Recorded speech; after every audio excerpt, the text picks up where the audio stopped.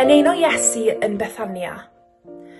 Pan oedd Iesu yn Methania, aeth yn bryd o fwyd I gartref dyn roedd pawb yn ei alw yn Simon y Gwahanglwydd.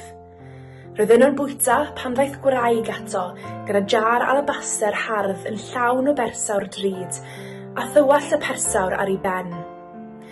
Roedd y disgyblion yn wyllt pan welwn hi'n gwneud hyn. Am wastraff, medden nhw. Gallai rhywun fod wedi gwerthu'r persawr yma am arian mawr a rhoi'r cwbl I bobl dlawd.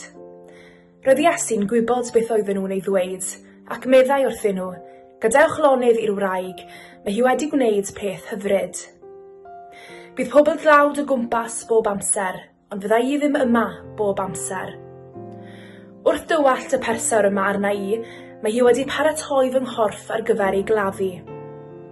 Credwch I fi, ble bynnag fydd y newyddion da yn cael ei gyhoeddi drwy'r byd I gyd, bydd pobl yn cofio beth wnaeth y wraig yma hefyd.